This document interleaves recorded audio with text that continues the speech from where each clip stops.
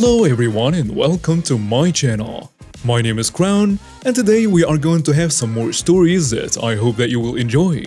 But before we start, it will be so much appreciated if you would subscribe to the channel, like the video if you enjoyed it, and maybe leave a comment down below. These simple clicks would mean a lot to the future of this channel and really reward the effort that I put in every day. And now, without further ado, let's go! First story. I want to keep my checks. This happened a couple of times over many years. After I had scanned her 1,000 items and hit total, she decided to start digging in her purse to find her checkbook. And after a few minutes found it, and then started to slowly fill it out. Of course, a line was built and people looked like their life was slowly draining out of them. I felt it too. I ran the check through the register, it scanned it or whatever, then put it in the bottom of the cash drawer. I handed her the receipt, then she held her hand back out. I'm not entirely sure why, because I wanted her to go, not give me a high five. She just ahemed at me and said, "Where is my check?" I looked at her confused. "In the drawer where I just put it after the transaction." "I want my check back," she yelled. "Ma'am, we have to keep the check in to deposit in the bank, in case there are any transaction errors." She was shaking her head no the entire time. "No, I have to get it back. Otherwise somebody could steal my identity." I tried to assure her that the register is put in a safe at night. Then in the morning, the armed guard takes it to the bank for deposit. She would not accept it and said that if she could not get it back, then she would return her purchase and get it back to buy things elsewhere. This must have been a power play for her, but she messed up. You see, I was on my last week at that job. I was ready to stop giving a crap.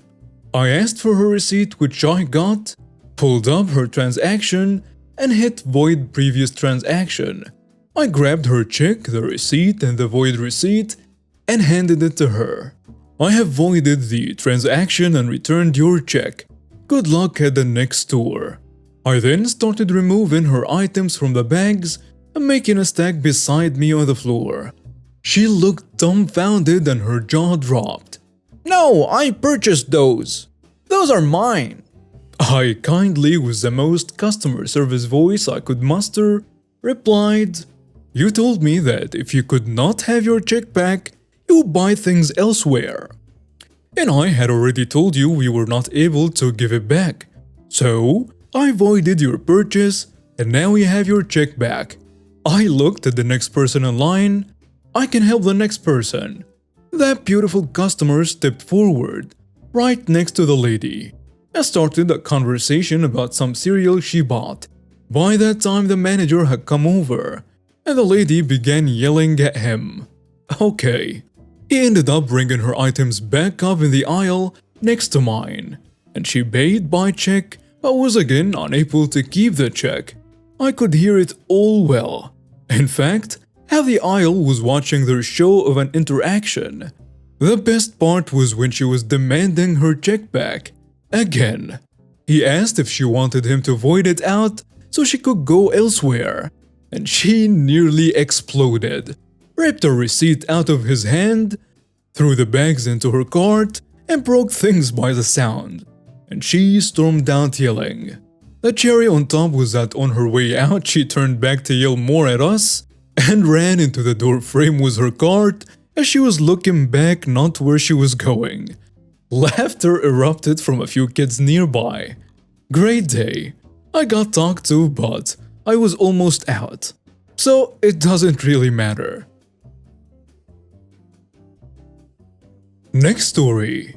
Entitled Karen Gets Arrested.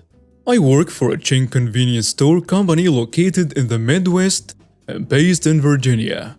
I enjoy my job and have many regulars who stop in and a couple are regulars. Now normally there is only one person on shift unless the morning where the manager is there. This particular day it was just me. It was a busy day and I had a line of customers. The phone rings and I recognize the phone number and look out the window to see one of my wheelchair-bound veterans outside. I acknowledge that I see him and give him a 1-minute signal to let him know I will be out in a minute. I look at the line and where the last customer is to make a note of when I will help him. After I got done with that person, I kindly apologize and state that I have a wheelchair-bound customer that I need to assist first to the line of customers. Big fishing tournament in town as well as it being summer. They understand and have no problem with this, and 90% of our customers are regulars. As I'm getting this customer's order, my other wheelchair veteran pulls up. I walked over and let him know that I will be out in a few minutes to pump his gas. This customer knows that I keep my word and states okay. I'm walking back to the store and holding the door for the customer walking in.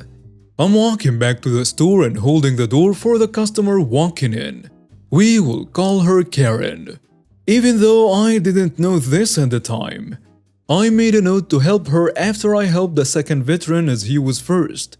I go and get the items that my first veteran requested and bring him up and cash him out.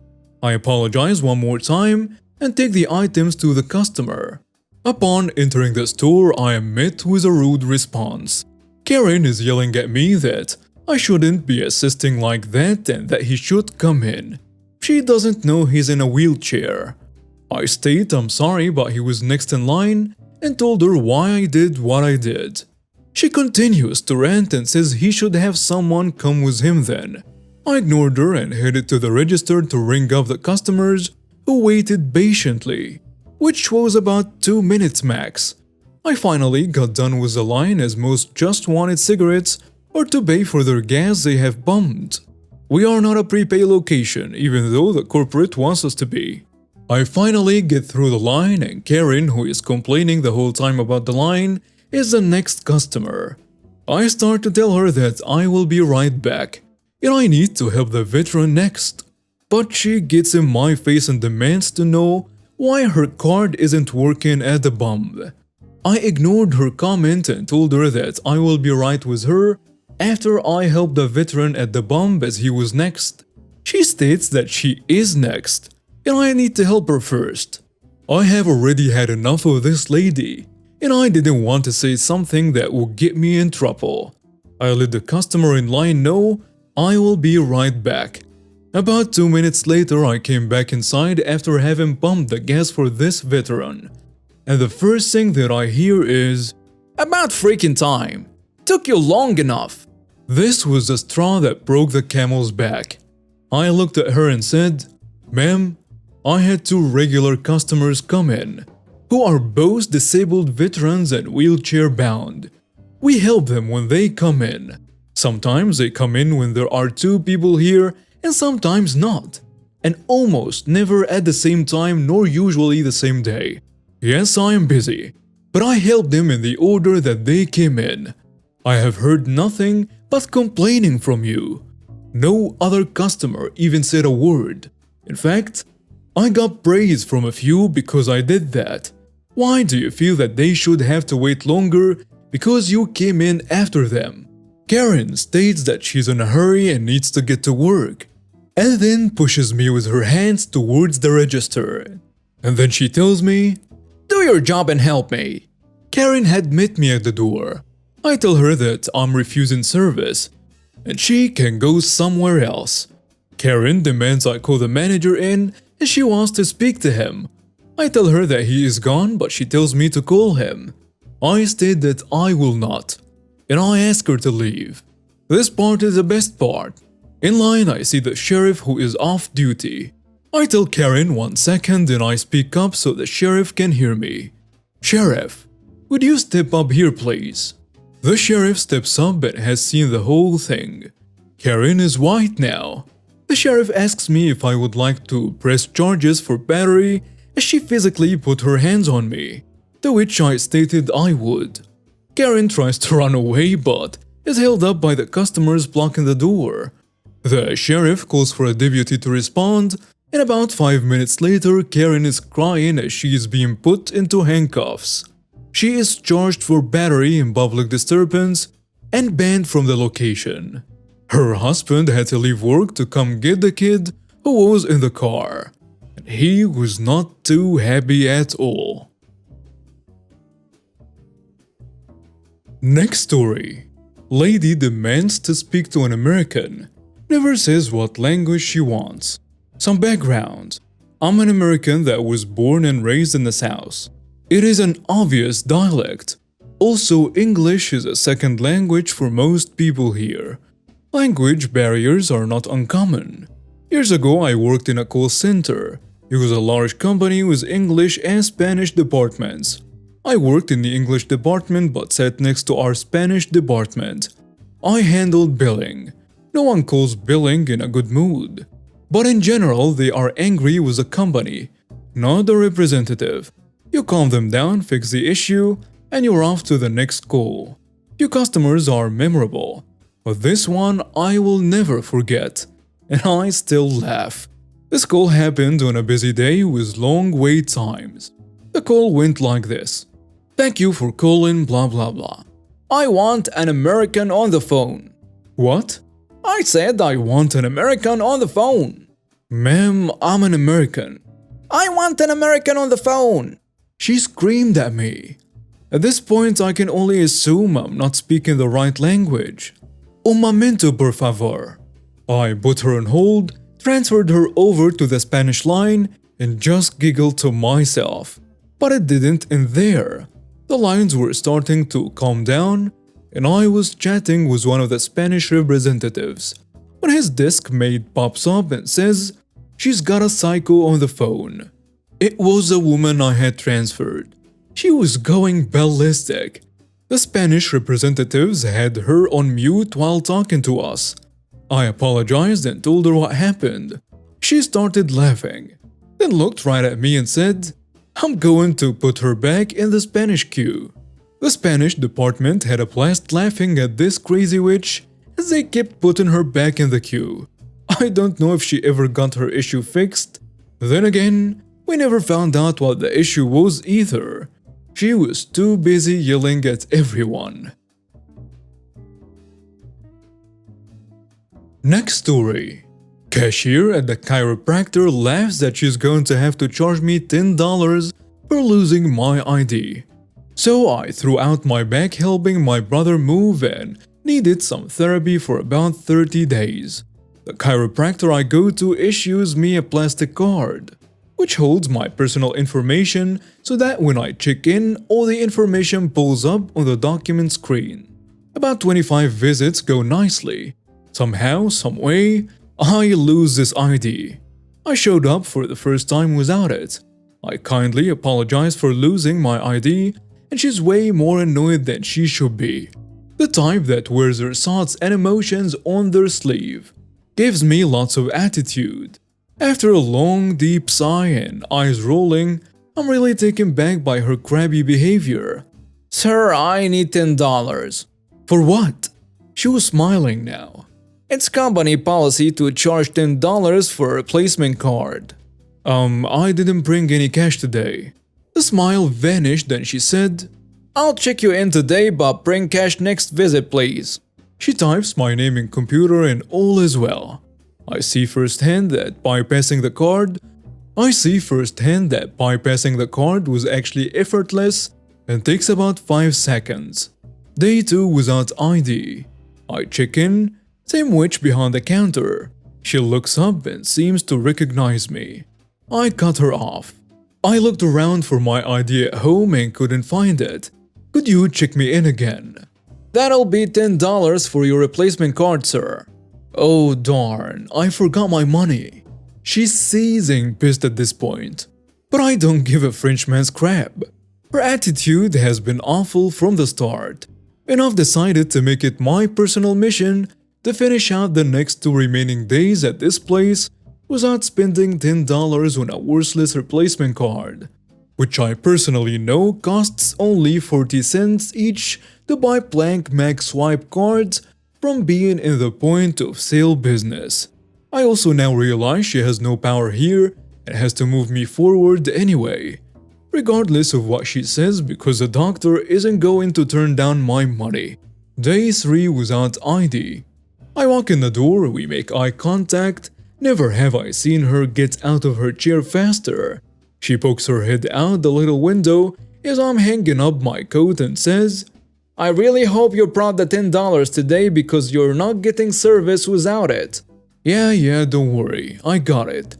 Just check me in like you have been doing, and I will pay you when I cash out with my copay after the treatment. She glares at me, closes the window, looks over to the other girl in the office behind her, and has lots of energy in her words that I cannot hear, but it is obviously about me.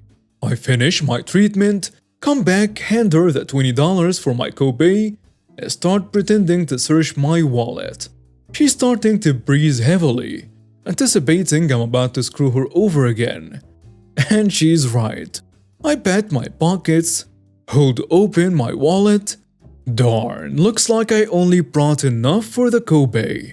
Sir, that credit card in your wallet will be good enough. Oh, I never use my credit card unless it's an emergency. Sorry, maybe next time. I can't help but grin while finishing the statement. Her eyes are on fire. She spent the last 20 minutes thinking she won our little game. And I just flipped the tables at the last second. And there is not a damn thing she can do about it. I turn around and head out the door, while her eyes are burning holes in my back. The door closes, and I'm cackling and laughing so hard all the way to my car. My back felt great that day. It was my final visit. They can shove their $10 policy where the sun doesn't shine. Next story. Karen insults my wedding ring to my face. This happened to me some years ago. It is my favorite example of entitlement. Backstory. When I first met the man who became my husband, we were not well off. He moved across the country to come live with me and had not a penny to his name. He proposed to me without a ring, which I was perfectly okay with. It was incredibly romantic. He popped the question spontaneously, and is still one of the happiest days of my life. He promised when he was better off financially, he would buy any ring that I wanted. A while after our engagement, a day came where he surprised me by taking me to a jewelry store. He had saved a $5,000 budget, plus a little wiggle room for some credits if needed. He told me to go nuts. It was so fun and romantic. I tried on dozens of rings, diamonds, platinum bands, lesser gemstones, etc. Then I saw a set of steel/titanium rings. They were originally designed for the grooms, not for the brides. But I had never been a big diamond fan, and I preferred simple flat rings to mounted stones. I ended up falling in love with a super simple black titanium ring with angled grooves. It was gorgeous. It was exactly what I wanted. And best of all, they were cheap, less than $200. Husband liked them too, so much that we got him a matching band. We decided to use them as both the engagement ring and the actual wedding ring. We had to special order them as the jewelry store did not stock our sizes on hand. I was surprised when they arrived to find that the husband had requested engraving on the inside of mine. It said, "My precious." I'm a huge Lord of the Rings fan. I love that ring to death. I wear it to this day and it still makes me smile. The story. This took place 7 years ago after I got married. I worked at a chain sandwich shop where we assemble the sandwiches in front of the customer. My store was next to a yoga studio, CrossFit training and plastic surgeon's office, so we got our fair share of Karens and holier-than-thou rich people. It wasn't uncommon for somebody to drive up in a $100K sports car, toting a Prada bag and sunglasses that cost more than my rent. They almost always came in to order missed, picky/complicated subs, then complained about the price. We were quite used to these kinds of people, but this lady took the cake. Enter the entitled Karen and her pretty teenage daughter. They looked the part to a T. They proceeded to order the usual complicated Bicky subs, asking tons of questions about the nutritional information of every item. To assemble the food, we wear clear plastic food service gloves because my ring is flush to my hand and won't rip the gloves. I had approval from the manager to wear it at work. While assembling this woman's sandwich, her teenage daughter notices my ring. Oh, that's cute. Is that a promise ring? The daughter asked. No, that's my wedding ring. Karen scoffed loudly. Are you serious? It is both my engagement and wedding ring. It has been for several years. Karen looked at me dead in the eyes and said, You have a cheap husband. I bugged at her comment but tried to remain professional. That may be your opinion, ma'am, but I happen to like this ring. I picked it out myself. Then you have terrible taste in jewelry. She then turned to her daughter and said, If your father had given me a ring that ugly, I would have left him on the spot. Make sure your future husband gets you a ring that at least has diamonds in it. I was floored. I usually get tons of compliments about my ring. I never expected someone to insult it, let alone straight to my face. I was so flabbergasted. I couldn't even continue working on her food. I excused myself and went into the back and told my co-worker to finish them up for me. I couldn't even stand to be around them. When I told my manager the whole story, he almost didn't believe me. We had to watch the security footage to prove it had actually happened. Never saw that entitled woman again. Glad she didn't come back. I still shake with rage every time I recount the story. I still have that ring on my hand today, and it's still the most beautiful, wonderful ring I could ever hope for. I love my husband very much. He's the best thing that's ever happened to me, and that matters far more than any jewelry. And now we have reached the end of today's stories. Thank you for watching and see you next time.